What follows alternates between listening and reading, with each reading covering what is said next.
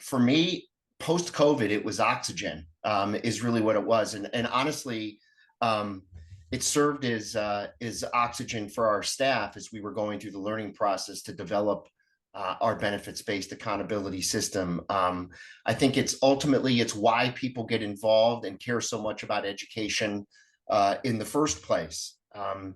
It is essentially what every student, parent, um, teacher, anybody who cares about education really is thinking.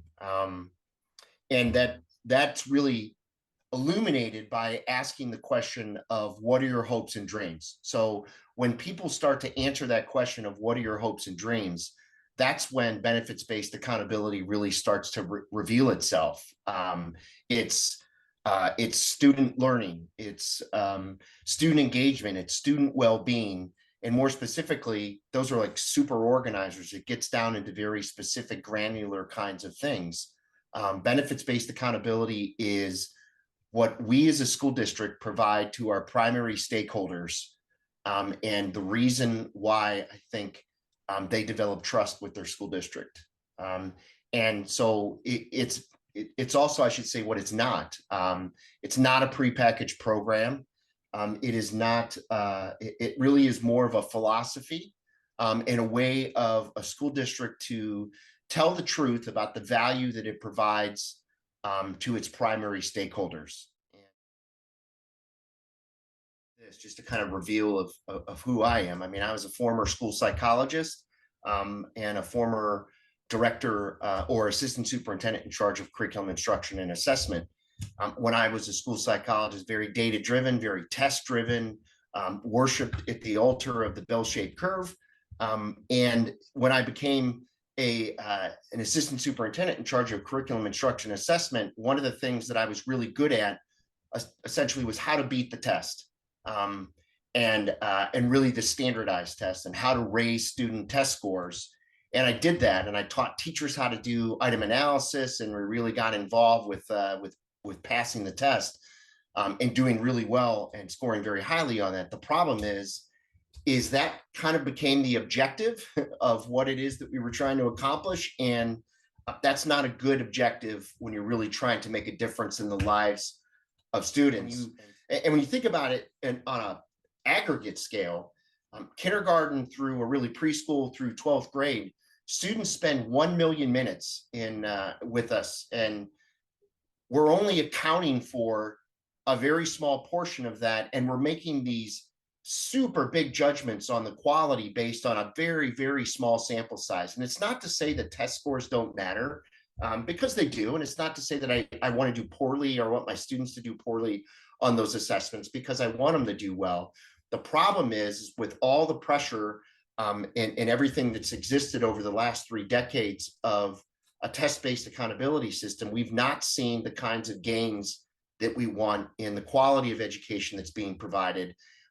And we have no evidence to suggest that doing well on those tests benefits long-term outcomes for kids, into their adult lives. And so, when you juxtapose a benefits-based accountability system on that, you take a look at the 75,000 minutes that a student has during the year, and what you're doing is you're creating an evidentiary plan to really account for and report on the value that those 75,000 minutes in that particular student or groups of students' lives, kind of the value that the school provides to them. So, we're certainly more than test scores, but we're only using test scores to report on the quality of the school. And so a benefits-based accountability system says, and it starts with that conversation, again, that question of what are your hopes and dreams for your students? And when you do that, and you ask that question, people start to say, student well-being. I want my student engaged. I want them ready for the next level. I want them to be able to read. I want them to be able to write and calculate. I want them to have friends. I want him to be happy and have a sense of belonging whenever he comes to school. They don't say, I want my student to score advanced in the area of reading on the standardized test. It doesn't mean that they don't want that. but that's not what's absolutely important to them. That's not why they vote for school levies, and that's not why they invest in education. And so when I look at like the previous accountability model, the 20th century accountability model of test-based accountability, and I compare it to the 21st century model of benefits-based accountability, one uses 80 minutes to try to tell a story, and the other one really more accounts for the 75,000 minutes annually that students spend their time with us. And I'd ask you, like, which one is more truthful? Which one tells a more holistic story about the value that schools provide to kids?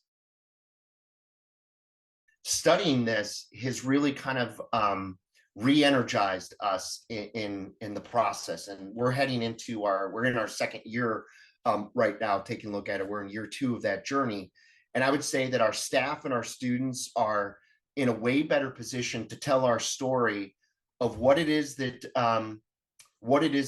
important to us, and what's important to our students, and what's important to our parents, um, what it is that we're good at, because we're collecting evidence on those things that we have indicated are important to us.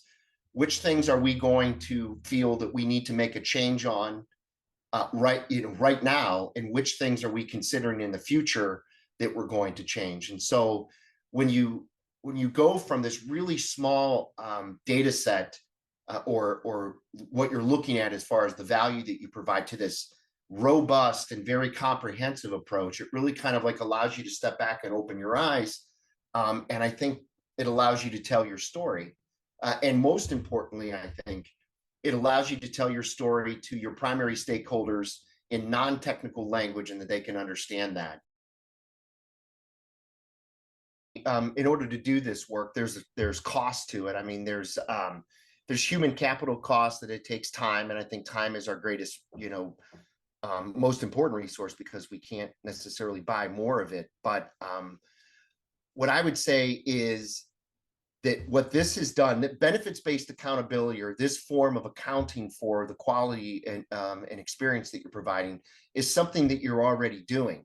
What benefits-based accountability does is it provides you kind of a professional learning sequence and a framework to really take a look at all the different things that you're doing, and put sort of a structure around it to then allow you to report out on what those things are. What you'll do is you'll learn from John Tanner about an hour and a half, 2 hours once a month. You'll have that professional learning, and then every week, members from your buildings will then have a half an hour that they spend really doing the homework. And the homework is essentially further synthesizing the things that you learn, and building your benefits-based accountability system. So, I mean, it's like, you have 2 sessions, and then the third session you're in and you're starting to work already, as opposed to you need to stop for a year and just kind of like, relearn everything. I mean, there's relearning along the way for sure. But you're immediately jumping into building your model like right away, and experimenting and doing different things. And so I think that's one of the advantages of this. Um, we had at a recent school board meeting, we had our high school students come and report out on what a benefits-based accountability system is. And we had 5 students talk to our board about that. And it started with something that most superintendents would think it would take them back, because they said, the first student said, "I'm going to talk to you about how Olmsted Falls High School did not prepare me for life beyond high school." And that's feedback, right? And it's rawest form at a board meeting. I think most people would be scared or fearful of what would come next. But the student, and Dom was his name, kind of relayed to us that our school was focused more on college and career readiness. And not every student in our high school goes to college. Some go right into the workforce, some go into the military, and that everybody has a pathway, and some are different. And so Dom reminded us that there are certain groups of kids that we're not paying enough attention to, that we really need to take a look at it. And I think, if you're looking at things in a more comprehensive manner, like a benefits-based accountability system requires you to do, you're going to think of students like Dom, who may not go to college, but he's going into the Air Force, and I have all faith that he's going to be a very successful person in life. Even though he said he didn't feel as prepared, it's going to lot. He was very well. He articulated very well why he wasn't, because the focus was more on test scores and college and career readiness as opposed to life skills, students' well-being, the level that they're engaged. And I think when you focus more on those and you hold yourself accountable to those kinds of benefits and you report out on them, you're going to make a larger impact on your entire population of students, I think.